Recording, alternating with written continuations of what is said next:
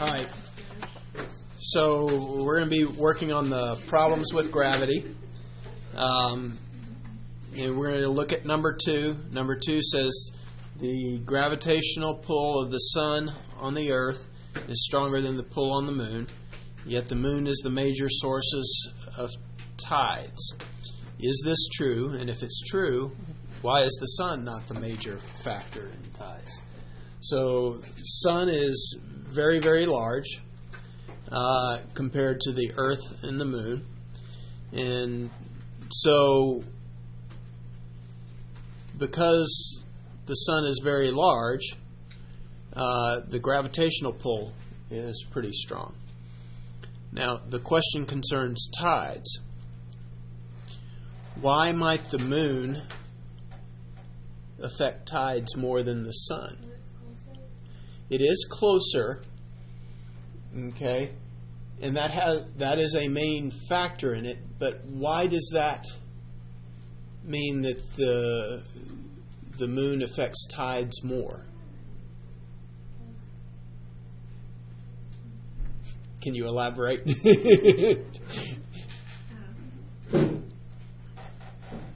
Okay. It is closer, and a lot of people will say, okay, it's closer, that means the force is bigger, because remember our force equation for the gravitational force is capital G m1 m2 over d squared. However, the fact that it's closer doesn't make the gravitational force stronger than the sun. The pull of gravity from the sun is still a whole lot more than from the moon, just because the sun is so huge. If you look at our model in the hallway was not wide enough for a full size model of the sun. We could just do parts of it. It would have been 20 feet or 28 feet wide. Okay. So if gravity is pulling stronger on the earth from the sun, why does the sun not cause all the tides? Because the moon rotates around the earth. All of the earth rotates around the sun. Because the moon's... Because the earth's mass is bigger than the moon's mass?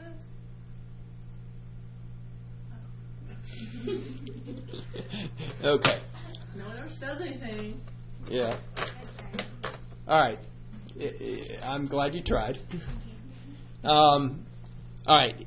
Yeah. If we looked at the gravitational pull from the sun, and we looked at what's happening on different sides of the earth, the gravitational pull on this side of the earth and the gravitational pull on that side of the earth are going to be about the same, right? Because if we compare the distances, there's not much difference in the distance here. And remember, it's not forces that cause motion, it's unbalanced forces. Remember when we did Newton's laws? It was the sum of the forces is mass times acceleration. It wasn't just a force, because we can have gravity pulling something down to the ground and a normal force pushing up, but those are balanced forces. So it doesn't accelerate up or down because of that. Well, because the forces are not that different on the different sides of the earth, then the sun doesn't affect the tides near as much. However, if we look at the moon, and the difference in gravity, the force of gravity on different sides of the earth, we'll notice that the difference in distance is a lot bigger, percentage-wise. So we've got a much more unbalanced force right here. And it's that unbalanced force that causes things to move. Now, the sun does cause a little bit of effect on the tides, but the biggest effect by far is the moon.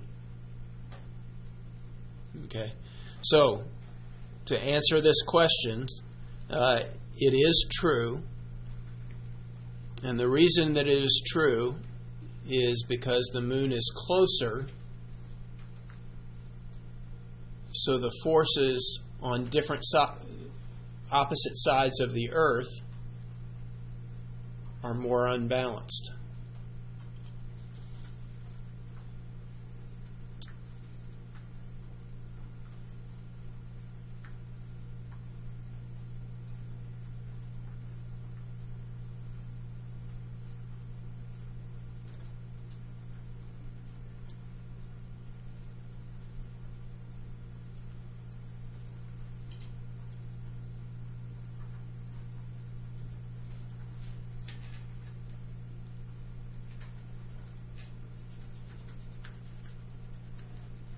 Why is it the sun? I'm sorry, I was trying to write it like a complete sentence.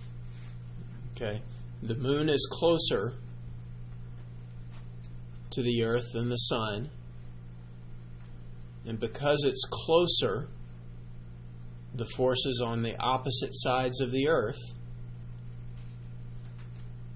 from gravity are more unbalanced than they are with the sun.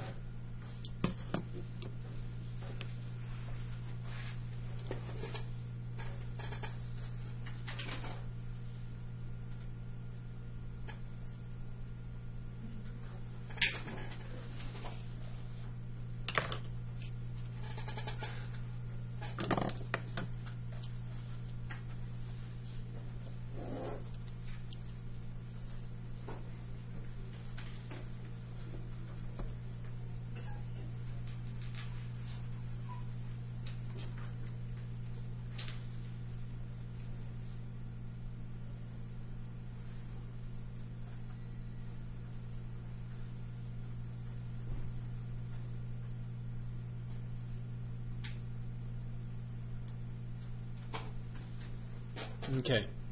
Number 3 talks about objects in elliptical orbits. Elliptical orbits are kind of the oval shape. I kind of exaggerated it here. So it says for objects in elliptical orbits, the position farther from the gravity source, and that would be over here, is called apogee.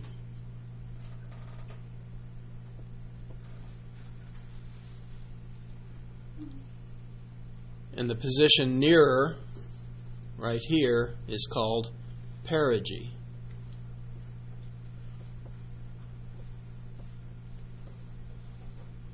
And we want to compare the speed of satellites at these two locations.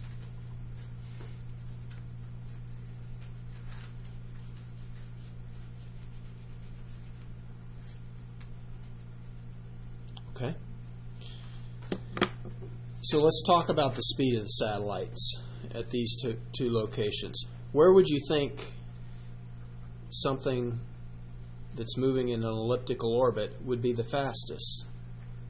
Out here or in close? And why might that be?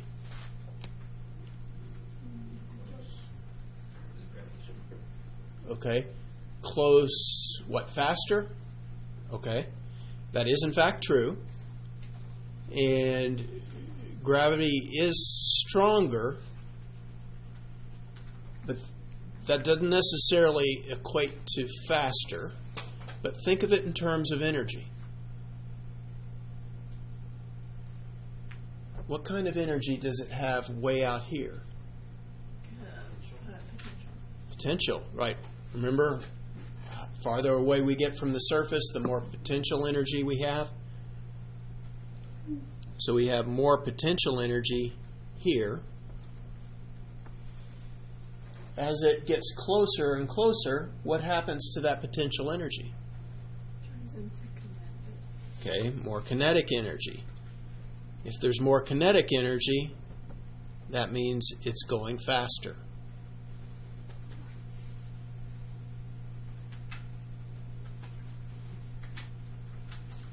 Okay, now we're going to watch a video next week, or you'll watch a video next week, where it'll go into Kepler's laws. And one of the laws specifically talks about this, about things that are closer move faster. The way it'll describe it, though, is by saying things in orbit sweep out equal areas in equal amounts of time. All that means is if, let's say during one day, it moves from here to here, the area between these two lines is going to be equal to the area that gets swept out over here in the same time period. So to get the same area over here, we would need something like that. So it would move this distance then in one day if it moved that distance in a day as well. It's another way of saying the exact same thing. If it's closer to the gravity source, it moves faster. If it's farther away, it moves slower. Just another way of saying it, but mathematically, that's how they equate the two.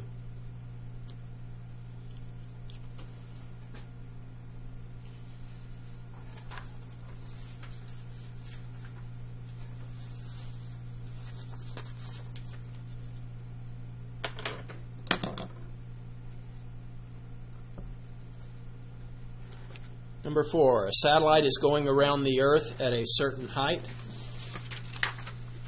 So let me put this one up. So for 3, can we write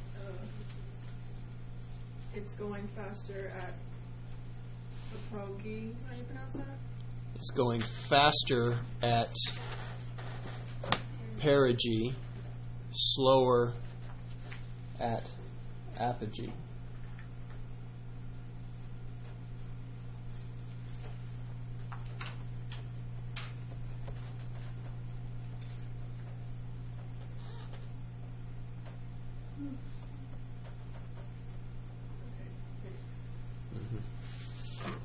All right, so number 4, a satellite is going around the Earth at a certain height.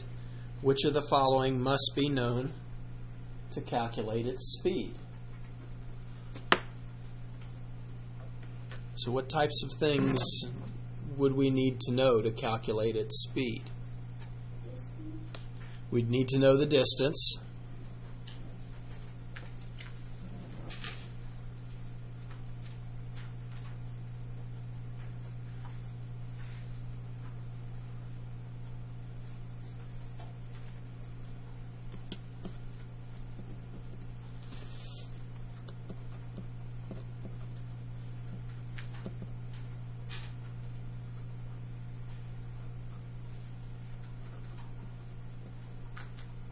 And the mass, right? The mass of The Earth. the Earth.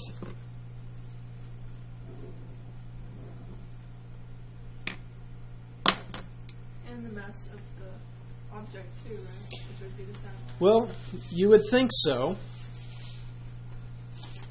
except what is our equation for the force of gravity? Remember it from yesterday? Okay, I heard you saying something, but it was kind of... It's M2 on there. It's not M1. Like, it's just the mass of the Earth, which is that, like, long number. The equation for the force? The gravity one. Force of gravity. Yeah. Force of gravity. So F. What's our equation for F? Isn't it just M2 in there? No. Oh, that's acceleration. Yeah.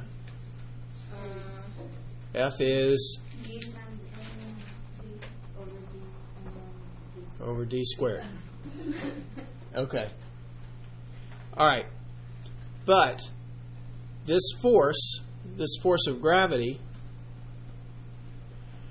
for something going around the Earth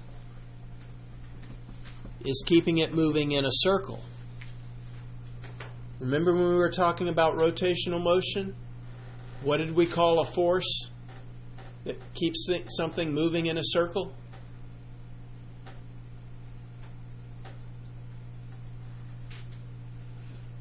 Gravity. Inertia. Uh-huh. Velocity. Which direction is the force going? Mass. Direction. Which direction is the force? In towards the center. So what do we call a force? Centripetal. Centripetal force. Do you remember what the equation was for that? I'm not surprised. We haven't used it that much. Okay.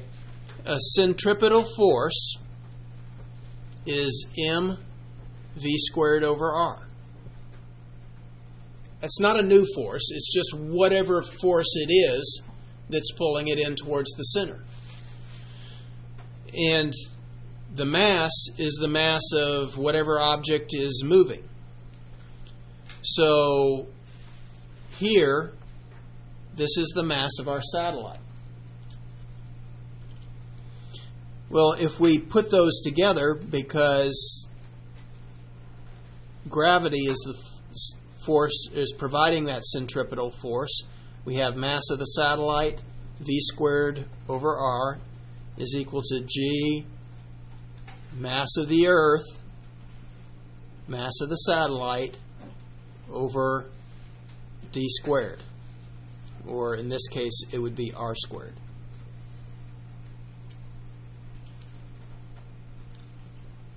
And notice what happens to the mass of the satellite. Cancels out. It doesn't matter how big that satellite is. It doesn't change the velocity.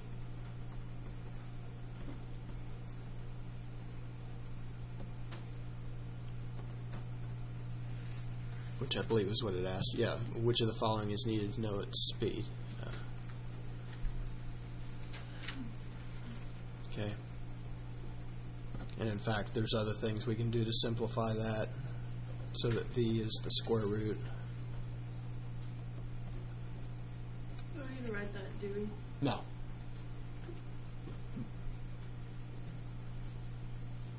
But you do need to know that gravity acts as the centripetal force, and so the mass of the satellite can cancel out.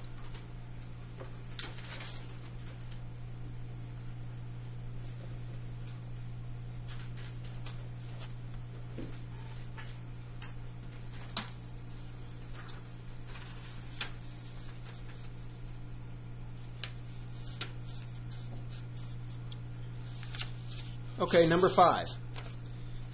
If the space shuttle were to be placed in a higher orbit,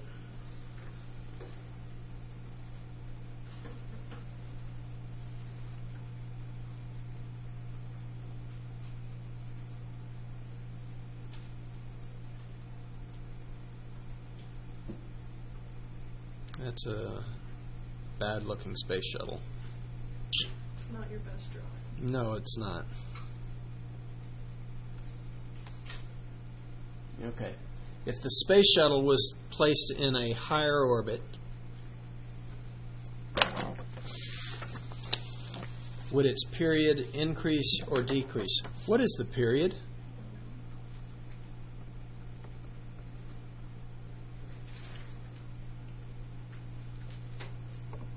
Anybody know what the period? I don't know that either. We're in 6th right now. Yeah. That's not that type of period. Oh, I just got that. Okay. The period is the time it takes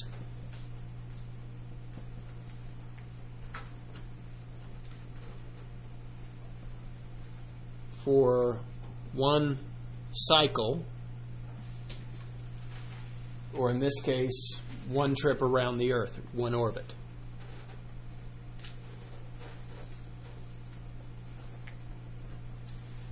They use a capital T for it.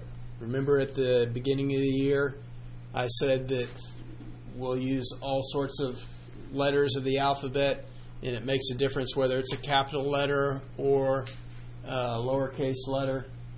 So a lot of times people have used the capital T for time.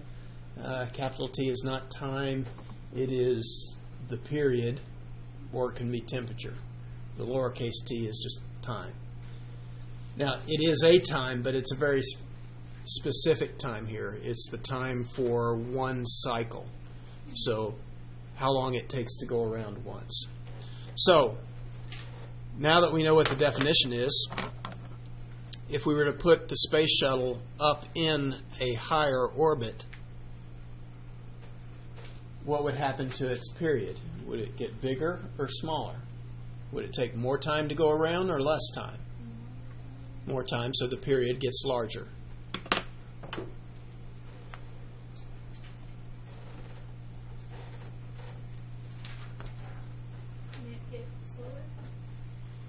And it gets slower.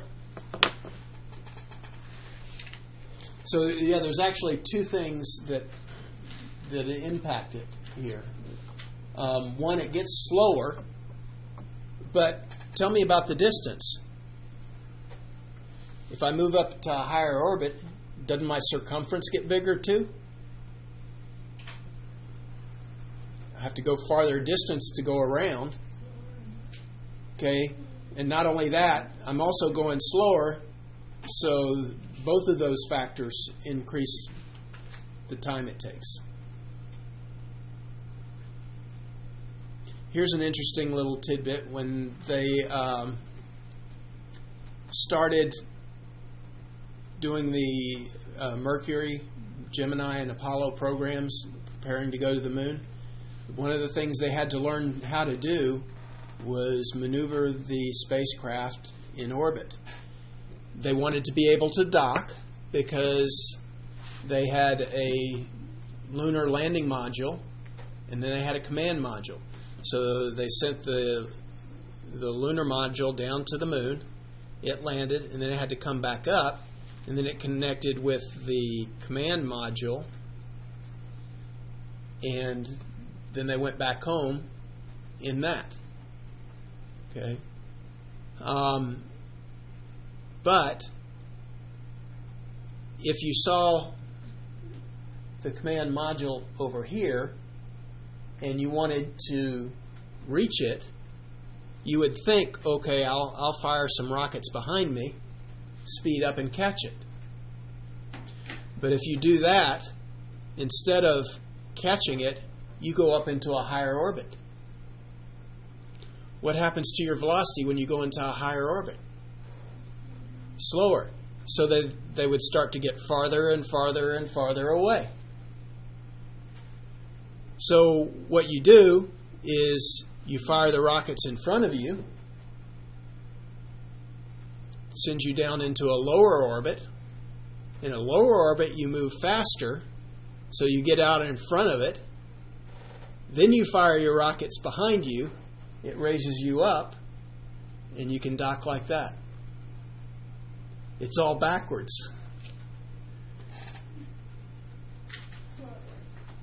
Yeah.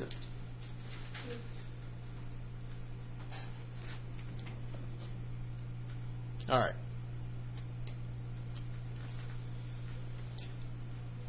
Number 6 is going to get a little bit more complicated with the math. But the reason we go through it is you need to be able to do the substitution, same types of substitutions that we're going to do here.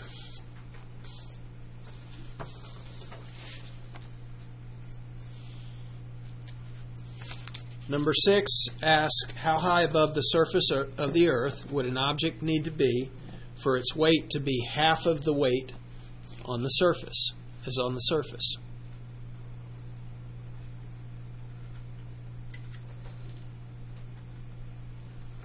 So if here's the earth, and here's an object on the surface of the earth, let's say it had a weight of 100 newtons.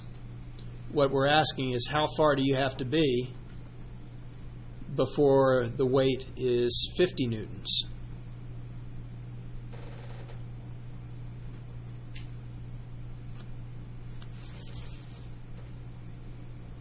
Okay, because as you get farther away, the force of gravity is less and less. So what it wants to know here is how far away do you have to be for the weight to be half? Well, here's what you're going to want to do. We're going to want to set this up and describe what the equation looks like when it's on the surface. And then we're going to compare our answer to that. So let's look at what it is on the surface.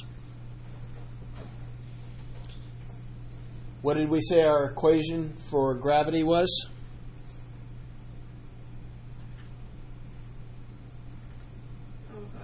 G times M1, M2 over D squared. Okay.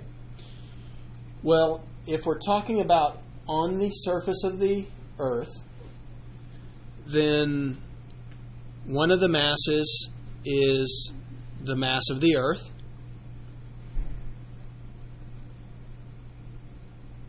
One of the masses is the mass of the object. And then our distance is from the center to the radius of the Earth. So the radius of the Earth squared.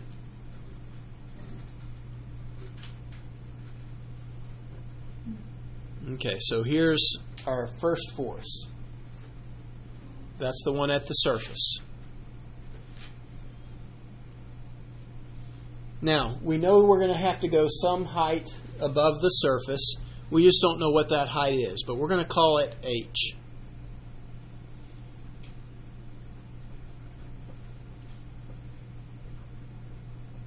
So we want to find what is our force at h. Again, we have the same equation. F equals G M1 M2 over D squared.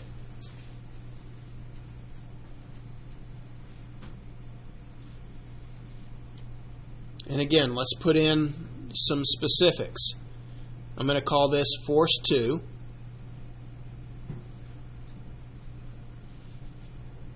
We have G. Again, it's the mass of the Earth that's pulling on it. It's the mass of the object that we're trying to find.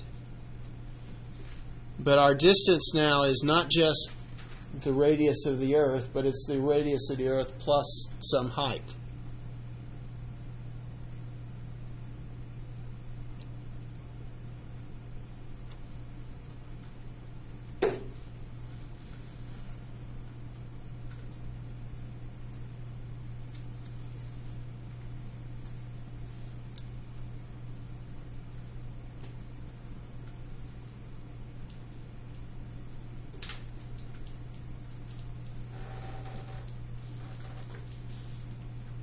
Okay.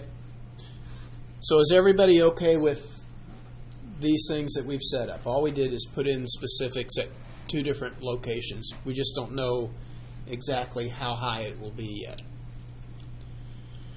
Well, it's asking for the weight to be half of what it is on the surface. Well, here's what it is on the surface. So what it's saying is F2 is going to be 1/2 of F1.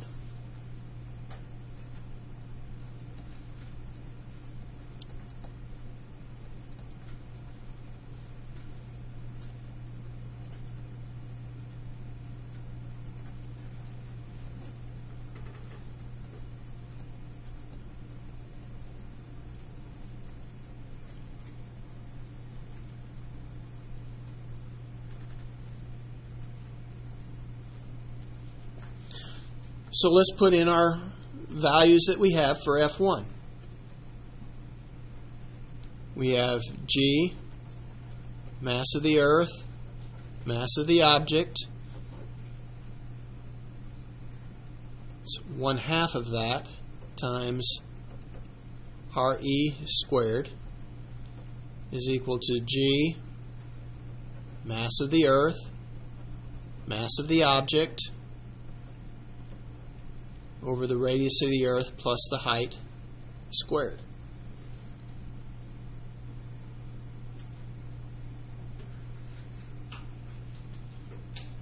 Well, we've got a lot of the things we can do to simplify this. What can we do? G, M, E, M, L, all cancel. All those things cancel them out.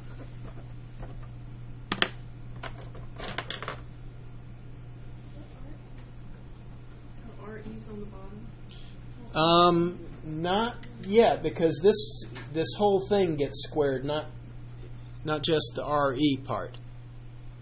Remember from Algebra 2, if we've got A plus B squared, that's A squared plus 2AB plus B squared. Yeah. So we don't want to do that yet.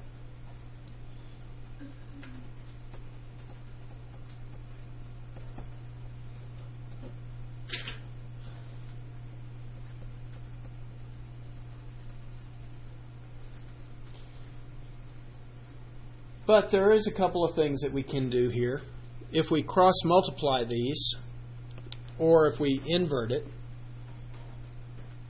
we're going to get 2 times the radius of the Earth squared is equal to radius of the Earth plus the height squared.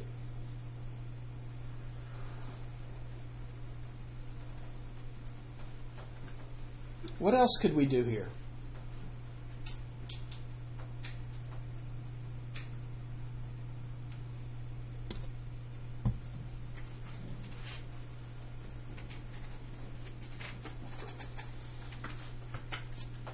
Distribute, or distribute, like do FOIL on that thing and then cross out. How about taking the square root of both yeah. sides? If I take the square root of this side, I get the square root of 2 times RE. And then on this side, I just have RE plus H.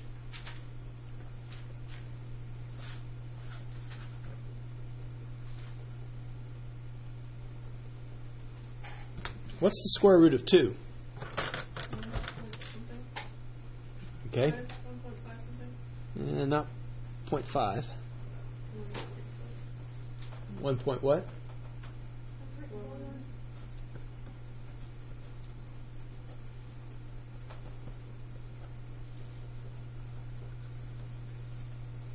What can we do now? Yeah, I can cross out RE.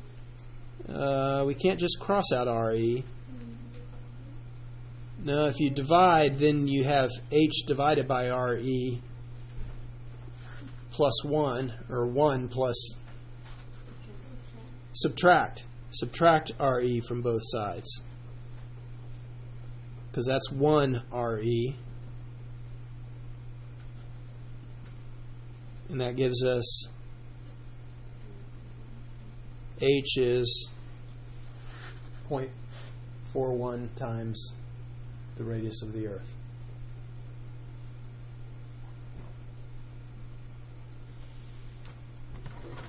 So all we need to know is the radius of the Earth. I think we used it yesterday, but the radius of the Earth is 6.38 times 10 to the 6 meters.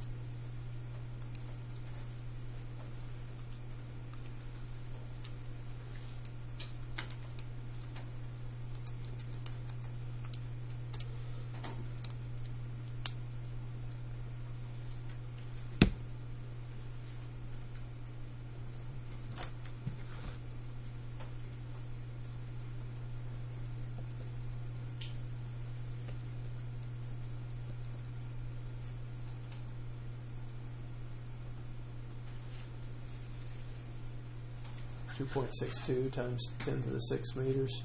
Is that what y'all got?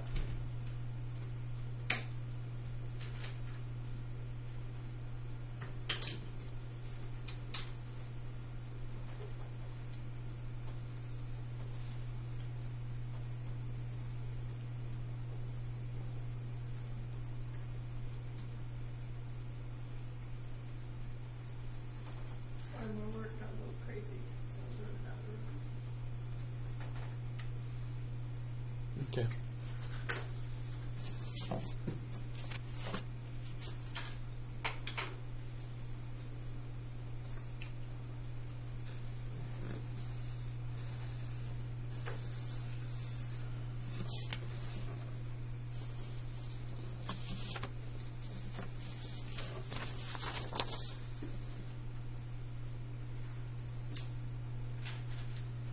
You know what? I think we did number 7 yesterday.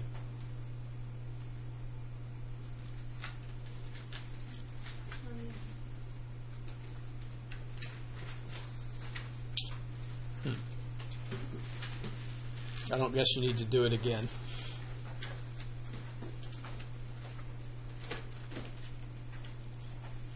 And number 8, we'll hold on it. We'll just write the acceleration for number 7. No, we already did that, so you don't need to bother doing 7 Oh, okay. again.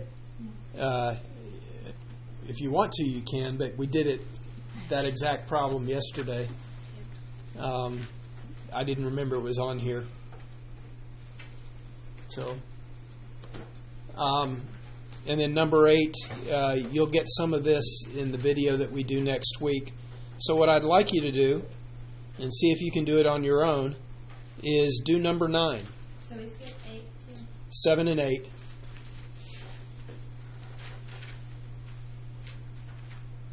And do number 9. See if you can do number 9 on your own now.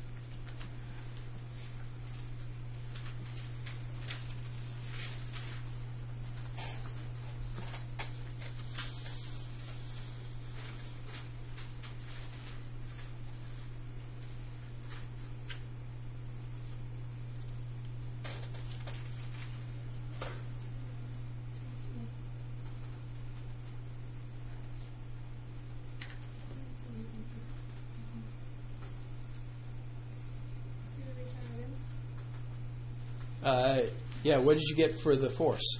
4.002.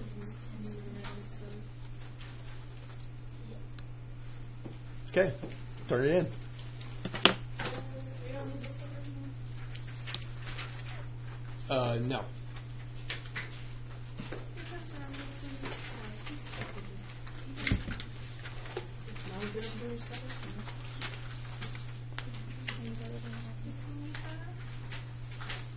Do we just hold on to this?